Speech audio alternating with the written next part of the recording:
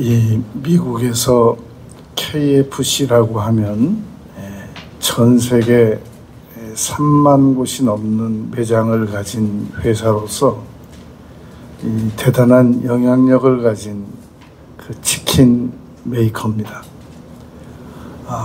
그 광고 이제 계약이 끝나서 새롭게 광고를 내보내야 되는데 공개 입찰 경쟁을 시작했습니다.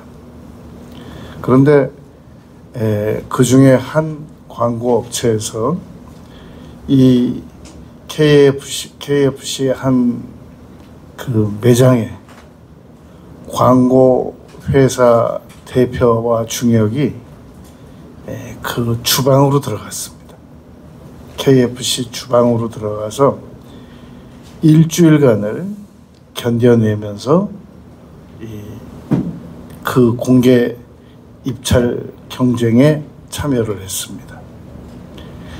당일 이 공개 입찰하는 그 광고 회사 모이는 사람들을 보니까 대단한 사람들이 모였더라는 겁니다. 그 광고 회사 중역들이 이 리무진을 타고 왔더래요. 여러 회사에서. 그에 비하면 이 영앤 루비컴이라고 하는 이 광고 회사는 아주 작고 보잘것없는 그런 광고 회사였습니다. 프리젠테이션을 하는데 여러 의견들이 나왔는데 주방에서 일주일간 견뎌본 사람이 아니고는 도저히 할 수 없는 발언을 이 영앤 루비컴 그 광고 회사 대표와 그 이 중역이 발표를 합니다. 그 KFC 엄청난 그 광고가 결정적으로 이 영앤 루비컴으로 돌아갑니다. 이것은 이 피터 조지 큐스라고 하는 이 광고 회사 대표가 이제 퇴직 후에 명예회장으로 앉고 그가 쓴 자서전에서 밝혀진 내용입니다. 왜 이 KFC는 그렇게 많은 아주 그 영향력 있는 광고 회사를 두고 왜 그 작은 영앤 루비컴 그 광고 회사에 광고를 맡겼겠느냐 하는 겁니다. 단순히 주방에서 그 광고 회사 대표와 중역이 와서 일주일간 견뎌냈기 때문에 맡겼겠느냐. 그보다 더 심리적인 요소가 있었는데 그것은 그들을 자기들의 회사에 대한 존중적 태도로 봤다는 겁니다. 이 사람들이 우리 회사를 존중하고 있구나 지금 라고 이 사인을 읽고 그 회사에 작은 회사지만 더 뭐 굉장한 회사가 많았지만 그 회사에 광고를 허락해 주었다는 겁니다. 여러분 지금 우리 가정에 우리 단체 그리고 우리 관계성에 존중 문화가 존재하고 있는가 이 부분을 우리가 잘 생각을 해야 됩니다. 지금 미국에서는 20만 쌍이 결혼을 하면 10만 쌍이 이혼을 한다고 합니다. 여러 가지 이혼 사유가 많이 있고 무슨 성격이 안 맞는다 뭐 여러 가지 조건을 내세우는데 핵심은 서로 존중받지 못하고 있기 때문에 사람은 갈라선다는 겁니다. 그러므로 우리가 우리 자녀들을 교육시켜 보려고 많은 뭐 이 학원비 여러 가지 이 많은 노력을 많이 하는데 핵심은 우리 가정에 존중 문화가 있느냐는 겁니다. 자녀를 정말로 존중하는가. 뭐 사람들이 서로 이렇게 만나다가 헤어지면 반드시 이유가 있어요.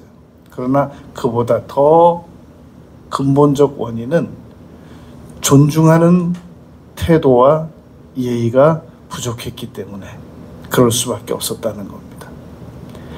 어떻게 부모가 그렇게 많은 재산을 물려줬는데 그 자녀가 그 부모를 나중에 제대로 예우를 안 할 수가 있겠습니까? 그렇게 많은 재산을 받고 그 가정에 존중 문화가 없으면 충분히 가능한 일입니다.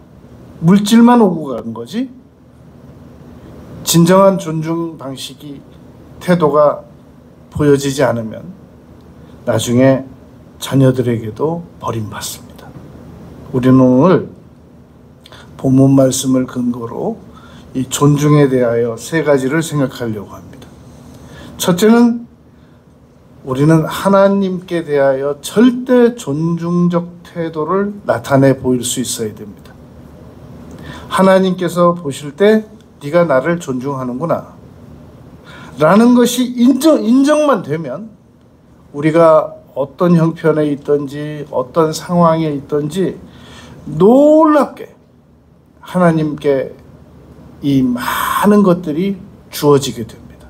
여러분, 아브라함이 그 갈대아 우르에서 떠나서 가나안 땅에 있을 때 그때 무슨 냉장고가 있었겠습니까? 컴퓨터가 있었겠습니까? 그때 무슨 아브라함이 자동차가 있었겠습니까? 그런데 창세기 22장에서 네가 이제야 나를 경외하는 줄 알았다라는 말은 네가 이제야 나를 존중하는 줄 알겠다. 내가 너 가만두지 않을 거다 라고 말씀하시고 땅 주시고 명예 주시고 물질 주시고 75살에 불러셔서 100살을 더 살게 하셨습니다. 장수 주시고 믿음의 가문 주시고. 여러분, 우리는 인간적인 노력으로 어떻게 세상을 살아서 극복해 나가보려고 하는데 그러다 하다 안 되면 이제 도저히 방법이 없어. 내가 기도를 드려야지 라고 생각을 합니다. 기도 드려도 안 되거든요. 그러니까 이제 그때는 도저히 살 길이 없어. 내가 금식을 해야지. 이렇게 단계적으로 밟아가는데 금식을 아무리 많이 하고 기도를 아무리 많이 하고 성경을 통째로 다 외워도 근본적으로 하나님을 존중하는 태도가 없이는 아무 일도 안 일어납니다. 아무 일도 안 일어납니다. 그러므로 우리가 하나님을 절대 존중하는 태도가 없이는 우리는 지금 이후도 아무 일도 기대할 수 없단 말입니다. 여러분, 이 폴 틸리가 그런 얘기를 했습니다. 사람의 절대 존중적 태도는 상대방의 말에 귀를 기울이는 데서 나타난다. 그러므로 여러분, 우리가 기도가 왜 중요하냐면 여하튼 하나님께 나와서 기도를 드린다는 얘기는 이걸 하나님께서는 존중으로 보시는 겁니다. 존중적 태도로 보신단 말입니다. 문제는 여하튼 하나님께 나와서 기도를 드리는데 금방 폴 틸리가 말한 것처럼 전혀 하나님께서 나에게 무엇이라고 말씀하시느냐에 대해서 귀를 기울이는 것은 없이 일방적으로 나의 말만 계속 10년이고 20년이고 그냥 이렇게 해소한다는 것은 기도는 있는데 존중적 태도가 없다라고 평가받을 수 있단 말입니다. 여러분, 이 많은 아내들이 남편들에게 이렇게 말합니다. 당신이 정말 나를 존중한다면 나에게 시간을 내줘야 돼, 당신. 그런데 남편들은 또 뭐라고 말하냐면 당신이 진짜 나를 존중한다면 나를 좀 내버려 둬야 돼. 이렇게 또 나온단 말입니다. 그런데 핵심은 내버려 두든 아내의 말을 듣는 일에 경청을 하든 그 안에 존중이 있어야 됩니다. 존중 없이 듣는 거, 존중 없이 내버려 두는 거, 이건 아무 효력이 없단 말입니다. 여러분, 이 신명기 6장 5절에서 너는 마음을 다하고 뜻을 다하고 힘을 다하여, 이것을 예수님께서 그대로 신명기 6장 5절 말씀을 마태복음 22장 37절로 가져오신 겁니다. 유대 이 율법사들이 하나님의 뜻 중에서, 계명 중에서 가장 한 가지만 내세운다면 어떤 계명이 가장 크고 이 특별한 계명이겠습니까? 그런 한 가지만 물어봤는데 예수님께서 두 가지를 말씀하셨습니다. 첫째는 하나님 사랑하는 것, 둘째는 이웃 사랑하는 것. 그게 율법이고 모세오경의 핵심이고 선지자의 강령이니라. 여호수아서부터 말라기서까지의 핵심 내용이다 라는 겁니다. 결국 하나님 사랑하고 이웃 사랑하고 나 자신을 사랑하는 것이, 이 세 가지가 절대 존중적 태도를 가지라는 것이 성경 말씀의 핵심이라는 겁니다. 여러분, 우리는 지금 나 자신도 존중을 못하고 있습니다. 어떻게 하느냐? 자기를 존중하는 사람은 반드시 이웃을 존중하게 되어 있습니다. 사람은 자기가 자기 자신을 존중하는 것만큼 이웃을 존중하고, 자기가 자기 자신을 존중하는 것만큼 하나님을 존중합니다. 그런데 하나님을 존중하는 사람, 존중하는 것이 없는 사람들은 직위가 하나님을 존중하지 않을까. 엘리 제사장은 제사장이었는데 전혀 하나님을 존중하지 않았고 의자에서 비둔해 가지고 목 부러져 죽었습니다.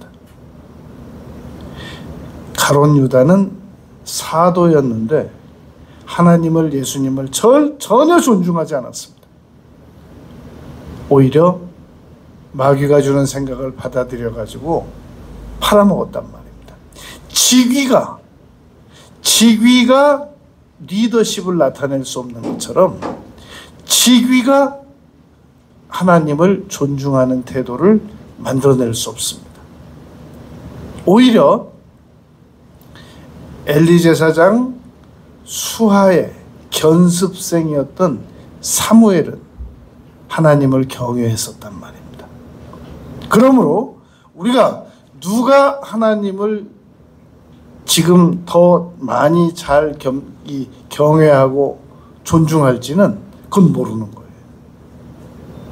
그것은 엄마라고 해서 잘하고 딸이라고 해서 못하고 그건 확실하지 않습니다.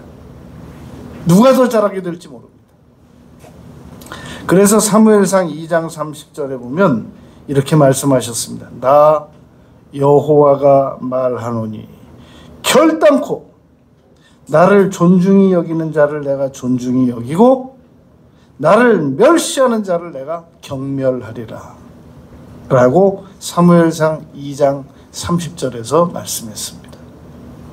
그러니까 여러분, 하나님을 존중하는 건 없이 표면적으로 기도 자리에만 있으면, 잘 있으면 하나님께서 더 점수를 높이 주시겠다, 그런 건 없는 겁니다.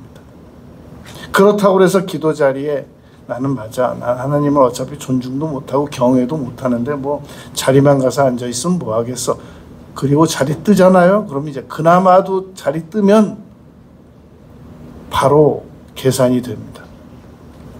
그나마 경외함과 존중함이 부족해도 그나마 그 자리에 앉아 있어서 지금 하나님께서 지금 그대로 그나마 봐주신 거거든요. 그러니까 기도 자리에 안 떠나면서 더 존중을 해야 된다는 얘기지, 뭐 어차피 나는 인정 못 받겠네, 이런 태도를 취하라고 지금 이 말씀을 전하는 것이 아니란 말입니다.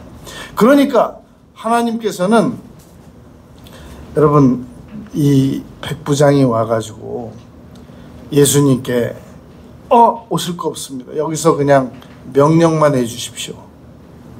그래가지고 예수님께서 세상에 그 제자들 12명이나 있고, 그리고 이스라엘의 그 랍비들, 정말 그 조상 대대로 하나님을 잘 믿어왔던 사람들이 그렇게 많은데, 로마에서 온 백부장에게 이스라엘의 이만한 믿음을 내가 본 일이 없다라고 그러니 정말 기절할 일 아니겠습니까? 여러분, 제가 석사 때 석사 공부를 하고 있는데, 교수님께서 이 논문에 대해서 이제 프로포저를 설명하고 받는 가운데서, 그 이제 신학 공부를 하다 보면은 목사님들도 있지만 전도사님들도 있고 거기 집사님들도 와 있고 그런단 말입니다. 그래서 이제 클래스가 이루어지는데, 세상에 거기 그 반에 지금 목사가 몇 명, 저도 그 중에 한 명인데, 어느 여집사님 한 명이 논문을 제일 잘 냈다는 거예요. 난 진짜 그때 창피해서 죽는 줄 알았어요, 정말. 아니, 여집사님 그 교수님이 그래요. 와, 이 집사님 진짜 논문 정말 잘 썼네요. 세상에, 나 그때 부끄러워서 죽는 줄 알았어요. 아니, 목사님들도 거기 있고 전사님들도 있고, 그런데 집사님이 논문 제일 잘 쓰였다고 그러면 어떻게 되는 거예요, 그럼 목사는? 여러분, 이스라엘에 지금 제자 12명이나 있고, 예수님께서 세상 이스라엘에 그 랍비들 다 있고, 로마에서 와가지고 이제 하나님 믿기 시작한 백부장이 이스라엘에 이만한 믿음이 없다고 그러니 그거 어떻게 견디겠어요, 그 주변에서. 그런데 예수님 그게 사실이잖아요. 그러면 예수님께서는 왜 그렇게 가혹한 평가를 할 수밖에 없었느냐? 진짜 백부장이 예수님을 존중했거든요. 내가 너처럼 하나님을 존중하는 사람을 내가 본 적이 없다, 이스라엘에서. 사실이란 말입니다. 여러분, 우리도 할 수 있습니다. 하나님을 존중하는 태도로 우리가 전환을 하잔 말입니다. 봉사하는 거 그대로 하면서, 기도 드리는 거 더 열심히 드리면서, 말씀 듣는 거 더 열심히 읽고 들으면서, 거기다가 하나님을 존중하는 태도를 얹잔 말입니다. 내가 그래서 그때 그 교수님이, 세상에 여기 목사들도 있고 전도사들도 있고 집사님 몇 명이 있는데, 그 집사님이 논문 제일 잘 썼다고 그래서 내가 그때 아주 톡하게 마음을 먹었어요. 와, 이 진짜 망신 이것도 공부다. 예? 이렇게 망신당하는 것도 내 공부다. 정말 내가 다시는 이런 얘기를 듣지 말아야지. 그래서 내가 진짜 논문 공부 더 열심히 했단 말입니다. 그때보다. 지금은 제가 논문 상당히 잘 씁니다. 그러니까 여러분, 세상에 나보다 믿음이 더 좋은 사람이 백부장이래니, 세상에 나보다 믿음이 더 좋은 사람이 청년이래니, 이게 말이 돼요? 여러분, 정신 차려야 됩니다. 내가 다른 거, 돈이 없고, 집이 없고, 건강이 부족하고, 그런 거에 어쩌겠어요. 나이가 많고, 그런 거 어쩌겠어요. 그러나, 하나님을 존중히 여겨드리는 것에 경쟁해서 저 뒤에 가서 순위가 정해진다고 그러면, 이건 정말 무슨 수를 내야지, 여러분, 이게 되겠어요? 내가 남은 생에 하나님을 절대 존중해 드려야 되겠다. 그 점에 대해서는 내가 다른 사람들과 경쟁해서 뒤처지고 싶지 않다 라고 결심을 해야 된단 말입니다. 두 번째, 내 이웃을 내 몸과 같이라는 말은 역시 마음과 뜻과 목숨을 다해서 하나님을 존중해 드린 다음에, 원래 율법사가 물은 것은 첫 계명 하나만 물었는데, 예수님께서는 질문 답하시는 분 마음이기 때문에 이웃까지 이웃을 내 몸과 같이 사랑하라. 절대 존중하라. 라고 가르치셨단 말입니다. 여러분, 이 부부가 결혼을 하고 나면 그 부부가 자기만 가지고 있는 그 취향까지도 공격을 받게 됩니다. 왜 두 사람은 왜 저런 걸 좋아하냐? 자기하고 지금 같은 부분만 문제를 같은 부분이 안 같은 부분만 문제를 삼는 게 아니라 상대방이 좋아하는 것까지도 시비를 걸 수 있단 말입니다.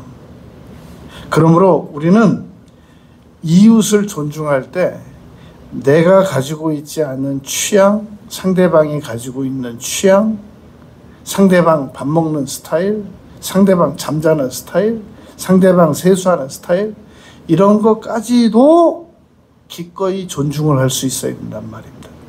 나하고 다르면 다 비판하고 무조건 존중을 하지 않는 그런 것은 잘못된 태도입니다. 그러니까 얼마나 잘 맞는가도 중요하지만 얼마나 안 맞는 부분을 존중하느냐 하는 것도 아주 중요하다는 겁니다. 여러분, 우리가 이웃을 존중하지 않을 때 마태복음 7장 1절 이하에서 예수님께서 말씀하셨지 않습니까? 비판받지 아니하려 하거든 비판하지 말라. 여러분, 누가복음 6장 38절 말씀 다 외우시잖아요. 그 전 구절 6장 37절이 원망하지 말고 비판하지 말고, 다 비판하면 비판받게 된다라는 말씀이란 말입니다. 우리가 여러분, 사람은 회사에 다니면서 월급이 적어서 문제가 되고 여러 가지 문제를 삼는데, 사실은 핵심적인 것은 존중받지 못한다는 것에 대해서 사람은 깊은 상처를 받습니다. 오래전에 서울대병원에서 한 분이 임종 직전이었었어요. 이제 저보고 임종 예배를 드려달라고 그러는데, 가봤더니 침대에 앉아 있는 거예요. 보통 임종 예배를 드리려면은 누워 계셔야 되잖아요. 그런데 지금 임종자 대상이신데 갔더니 침대에서 앉아 있고 엘리베이터 마중을 나오려고 그래요. 그리고 좀 다시 가서 이제 앉아 있다가 4시간 있다가 이제 돌아가셨는데, 그런데 보세요. 그 돌아가실 분이에요. 의사 선생님께서 오늘 임종하실 거니까 준비하라고 그랬대요. 근데 임종 예배 드리러 왔더니 침대에 앉아 있어요. 그리고 엘리베이터까지 마중까지 나왔다 들어가서 4시간 있다가 천국 가셨단 말입니다. 그런데 그 남편을 계속 돌봐드린 부인의 걱정은 딱 한 가지였어요. 이거 제가 들은 얘기예요. 이 사람이, 자기 남편이 그동안 수고했다라고 말을 안 하고 떠나면 어떡하냐는 거예요. 그분 걱정이 그거였어요. 다른 걱정이 아니라, 내가 여태까지 이렇게 병수발하고 이제 오늘 천국 간다는데 이 사람 나한테 그동안 수고했다, 뭐 고맙다 한마디도 안 했다는 거예요. 근데 만약에 오늘 이제 임종하고 할 때까지도 여보 정말 그동안 수고했어, 이거 한마디 하고 가야 되는데, 만약에 그거 안 하면 어떡하냐고 그거 걱정하더라고요. 여러분, 사람이 누군가에게 그 수고했다 말 한마디 듣는다고 무슨 돈이 생겨요, 뭐 금이 생겨요. 그 정도로 인간은 인정받는 데 대하여 갈급한 본능을 가지고 있단 말입니다. 그러므로 우리가 이 인간으로서 존중받느냐 존중받지 못하느냐의 문제는 돈이 얼마나 있느냐, 밥이 얼마나 제때 먹느냐보다 더 중요한 문제란 말입니다. 그래서 우리 자녀들이 어느 단체에 가 있든지 어느 회사에 가 있든지 그냥 회사 잘 다니나 보다, 쳐들고 받아왔나 보다, 그것보다 더 중요한 것은 내 자녀가 새로운 단체에 가서 얼마나 존중을 받았느냐, 그걸 잘 예의주시해야 됩니다. 그래서 만약에 존중을 못 받으면 월급은 한 10달 거 받아오는데 오래 못 견딥니다. 여러분, 우리 아이들이 결혼을 했어요. 그러면 그냥 잘 사나 보다, 재밌게 사나 보다 그러는데 정말 존중받는 결혼 생활이 이루어지고 있는지, 존중하는 결혼 생활이 이루어지고 있는지, 이거 우리가 잘 봐야 된단 말입니다. 내가 지금 존중하는 태도로 이웃을 대하고 있는지, 그냥 이웃 사람들을 기능적으로만 대하고 있는지. 제가 지난 주간에 이렇게 산을 3시간 코스로 이렇게 돌고 내려오는데 거의 다 내려왔어요. 이렇게 가다 보니까 왼쪽에는 의자를 이렇게 마주 앉아 있는데 왼쪽에는 50대 여성이 앉아 있고 건너편에는 70대 여성 이렇게 앉아 있어요. 근데 제 이 귓전을 때리는 소리가, 이 50대 여성이 그 70대 어르신 보고 이렇게 말하는 거예요. 두 여성. 아니 왜 그렇게 못 걸어요? 천천히? 이러는 거예요. 이 오른쪽 분이 뭐라고 말하는지 듣고 내려가야지. 안 듣고 내려갈 수 없잖아요. 그 뭐라고 말씀하시나 내가 속력을 줄여가지고 들었어요. 뭐라고 말씀하시나 딱 들어봤더니 너도 내 나이 돼봐. 그러더라고요. 그래서 제가 해석을 해봤어요. 왜 그렇게 못 걸으세요? 이 말은 답답해서 같이 못 다니겠네요, 이런 말이 될 것이다. 그러면 그 70대 그 연장자께서는 너도 내 나이 돼봐 라는 말은 너도 늙어, 그 말이 그렇잖아요. 근데 좀 더 괜찮은 말은 없었을까? 그래서 계속 생각해 봤어요. 그래, 내가 좀 더 빨리 걸어서 불편함을 주지 말았어야 되는데 내가 속력을 못 맞춰줘서 미안하구만, 이렇게 말하면 더 좋았겠다. 이제 그 혼자서 이렇게 생각을 하면서 내려왔는데, 일단 그 나이 어린 50대 여성이 이 70대 어르신 보고 존중 안 한 건 확실하잖아요, 지금 우리가 들어봐도.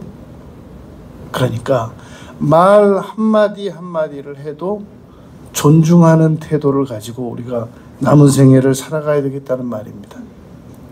정말 우리는 존중하지 않는 태도를 가지고 세상 살아가는 경향이 너무 많단 말입니다. 여러분, 우리가 리처드 필립스라고 하는 그 소말리아 그 해적들을 만나가지고 이 배 선원들이 전부 다 이 포로로 잡혔을 때 상황이었습니다.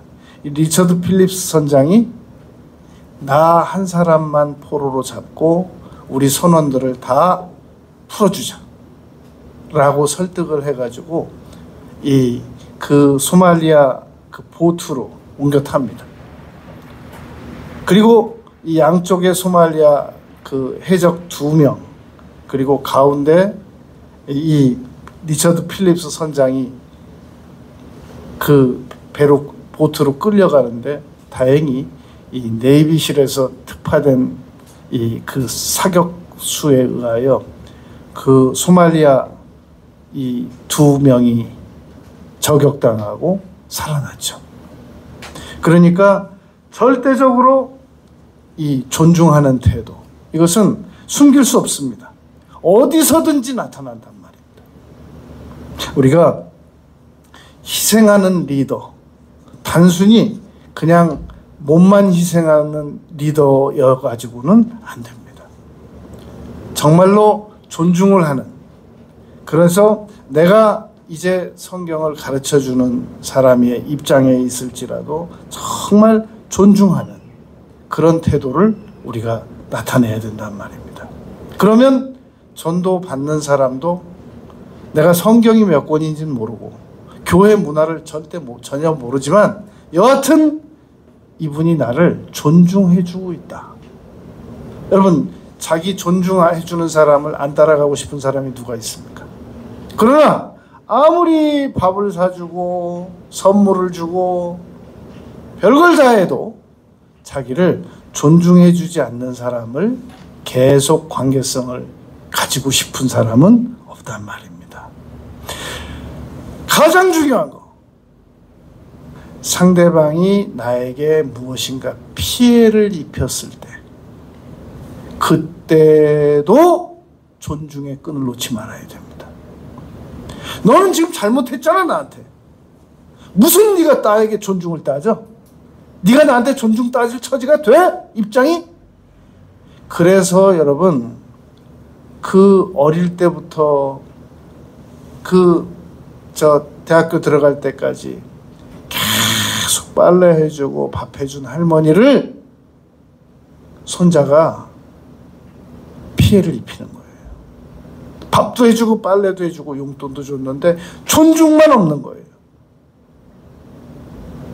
월급도 갖다 주고 뭐 집도 사주고 다 반지도 사주고 다이어도 사줬는데 존중만 없는 거예요. 어떤 부인이 목사님을 찾아왔더래요. 그러면서 자기는 도저히 더 이상 남편하고 못 살겠다고 그러더래요. 그래서 어떤 점이 남편하고 살기가 그렇게 어렵냐. 내가 보니까 남편이 당신보다 아주 굉장히 사업도 잘하고 월급도 많이 받고 굉장히 그 결혼 때도 내가 줄에도 섰지만 결혼 때도 많은 재물을 가지고 오지 않느냐. 시집에서 집도 다 사주고. 그리고 신부는, 그 부인은 굉장히 열악한 과정에서 와서 이제 믿음이 좋아서 이렇게 결혼이 이루어졌대요. 근데 목사님 찾아왔더래요. 목사님 도저히 못 살겠어요. 그럼 어떤 점이 힘드냐 그랬더니 이런데요. 고급 식당에 가가지고 음식이 나오면 남편이 꼭 이렇게 하고 먹인대요. 너 이거 못 먹어봤지? 어? 이거 꼭 얘기한대요. 꼭 무슨 물건 하나 사주고 너 이거 못 입어봤지? 어? 이런 거 내 집에 없었지 이런 거. 그러고 사준대요. 그냥 막 처음엔 참다가 나중에는 미치겠더래요. 그래가지고 그 줄에서 준 목사님한테 와서 도저히 못 살겠다고. 여러분 보세요. 존중이 없으면 사람은 밥은 좀 안 좋은 거 먹고 덜 좋은 거 먹고 집도 어차피 사방에 한 평이면 자니까 좀 누추하고 그리고 월급은 좀 덜 받아도 이 사람이 나를 존중해 준다는 그런 확신이 있어야 된단 말입니다. 근데 그게 없으면 결국은 사람은 도망가고 싶어 한단 말입니다. 여러분, 제가 가끔 하는 얘기 있잖아요. 연쇄살인범이에요. 아무도 안 만나요. 세문안교회 권사님만 만나요. 면회를 허락했어요. 세문안교회 권사님께서 왜 나한테는 면회를 허락했냐고 하니까 권사님만 나한테 한마디도 비난을 안 했다는 거예요. 비난성, 추측성. 왜 그런 일을 했냐는. 그러니까 우리가 나한테 잘해주는 사람한테 아무 잘못도 없는 사람에게 존중해주기는 쉽습니다. 나한테 피해를 입혔을 때, 나한테 확실하게 잘못했을 때 그런 사람을 존중해주는 건 쉽지 않단 말입니다. 그때 존중의 태도를 안 보이면 사과만 남고 관계는 끊어집니다. 보상만 받고 관계는 끊어져요. 그러므로 여러분, 우리 아이들이 잘못했을 때 존중과 이 잘못한 문제를 분리시켜서 다뤄야 된단 말입니다. 너는 지금 이거 이렇게 하는 거 보니까 넌 너의 아빠 닮아가지고 너 지금 안 돼. 이렇게 되면 안 된단 말입니다. 존중이 실종되면 관계가 깨진다는 말입니다. 그래서 한 교수님께서 시험 문제를 냈는데 마지막 문제가 이거였습니다. 우리 학교, 우리 강의실 청소부 이름을 적어라. 학생이 물었습니다. 교수님, 이거 마지막 문제 이거 점수 해당되는 건가요? 해당되지. 아니 그렇다고 어떻게 그 청소부 이름을 우리가 미리 알고 있어야 됐을까요? 여러분들이 학교에서 나가서 회사에 취직을 해도 청소하시는 분들 이름 알아야 돼 라고 이야기했다는 겁니다. 여러분, 우리는 존중적 태도를 분명히 가지고 살아가야 됩니다. 그래서 예수님께서 가르쳐 주신 겁니다. 내 이웃을 더도덜도 말고 너처럼 사랑해라. 너희 집 하인처럼 사랑하지 말고 너처럼 사랑해라. 내 이웃을 내 몸과 같이 사랑해라 라고 말했던 겁니다. 세 번째, 자기 자신을 존중해야 된다는 겁니다. 여러분, 우리는 이 하나님 사랑하고 이웃 사랑하고 그리고 자기 자신은 안 사랑하거나 덜 사랑해도 되는 것으로 생각을 한단 말입니다. 제가 신학교 처음 들어갔을 때, 신학교 1학년 때 과제를 받았는데 이 본문이었어요. 마태복음 22장 37절부터 40절. 이 본문으로 이 준비를 해서 발표하는 거였습니다. 그런데 전부 하나님과 이웃에 대해서만 얘기하는 거예요. 그리고 교수님께서도 하나님과 이웃에 대해서만 이 본문을 가지고 설명을 하시는 거예요. 제가 발표 때 나가서 그랬죠. 이 본문은 하나님과 이웃에 대해서만 이야기하면 안 됩니다. 내 몸과 같이라고 말했기 때문에 자기 자신도 분명히 한 인격체로 다루어져야 됩니다. 라고 제가 강하게 얘기했어요. 교수님이 처음에 동의를 안 해줬어요.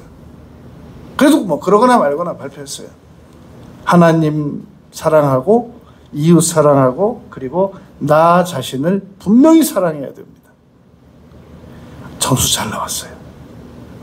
여러분, 우리가 이웃도 사랑하고 이웃도 존중하고 하나님도 존중하는데 나는 나를 존중 안 한다? 그러면 안 된단 말입니다.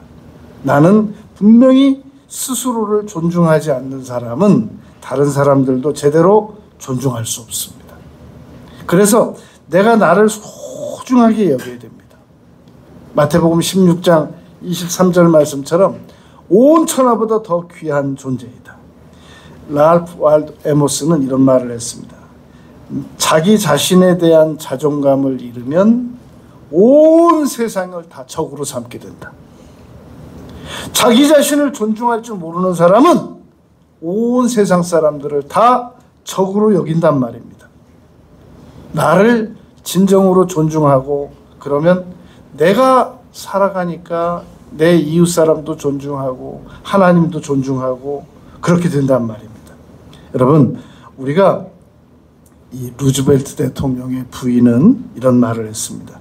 당신 자신의 동의가 없이는 아무도 당신을 열등적으로 생각하지 못하게 한다. 누구도 당신을 열등하게 생각할 수 없다. 자기 자신이 동의를 안 해주는 이상 아무도 스스로 열등하게 생각할 수 없단 말입니다. 자기 자신을 지켜야 됩니다. 나는 존귀하다. 나는 이 사도 요한처럼 세례 요한처럼 하늘로부터 보내심을 받아서 내가 이 세상에 왔다. 요한일서 4장 20절에서 누가 하나님을 사랑한다고 하면서 그의 형제를 미워하면 그는 거짓말하는 자니라. 여러분, 그의 형제 중에 한 명이 납니다. 나 자신도 나의 형제 중에 한 명이란 말입니다.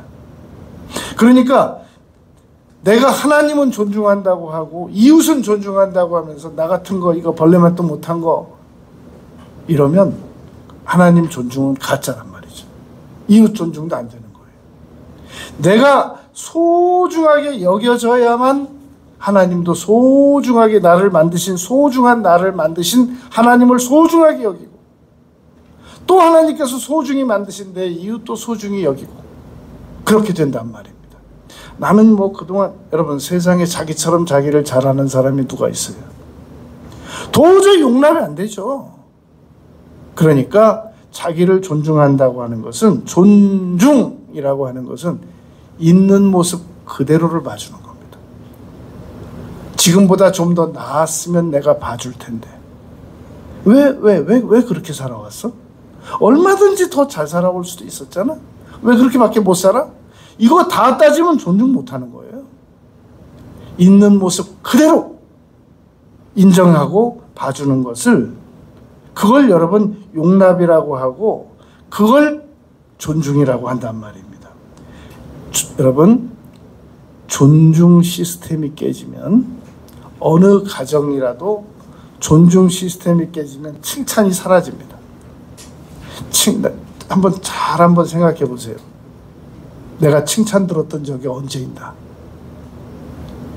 한번 생각해 보세요. 내가 누구를 칭찬해 본 적이 언제 있었나?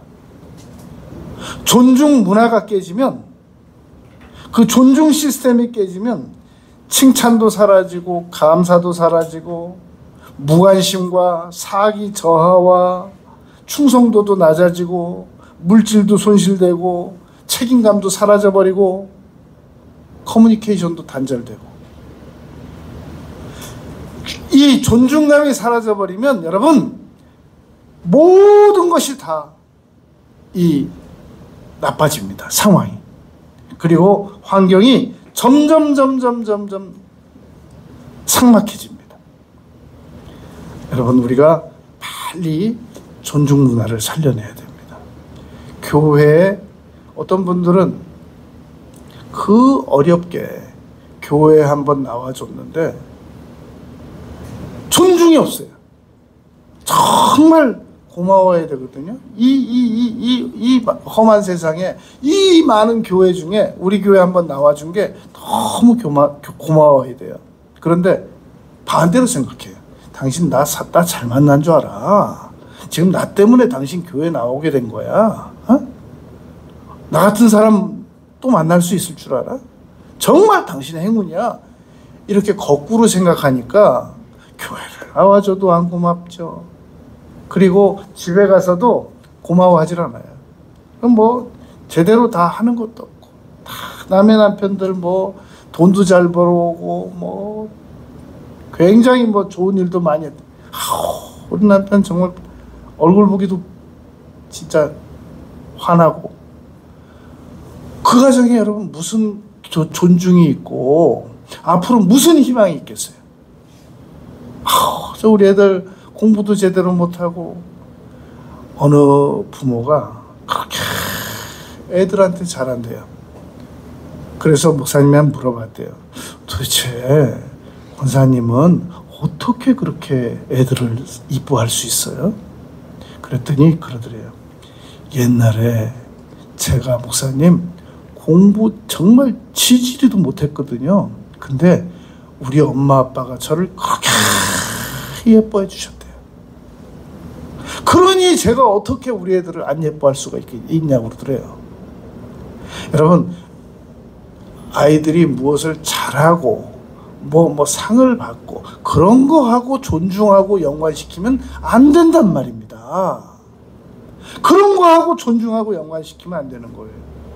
남편이 나가서 돈을 얼마나 벌어오고 뭐 얼마나 그거 하고 존중하고 연관시키려니까 칭찬할 거리도 없고 존중할 거리도 없는 거란 말입니다. 그거하고 상관없이 존중은 이루어져야 된단 말입니다. 하나님께서 피 흘려서 죽어주셔서 구원시켜 주신 내 남편, 하나님께서 피 흘려 주셔서 구원시켜 주신 내 자녀, 하나님께서 피 흘려 주셔서 구원시켜 주신 나, 하나님과 이웃과 나 자신을 남은 생에 철저하게 존중하는 우리 모두가 되시길 바라겠습니다. 아버지 하나님, 저희들이 남은 생에 존중하는 태도를 가지고 꼭 살아가겠습니다. 예수님 이름으로 기도드렸습니다. 아멘. 510장 찬송 드리겠습니다.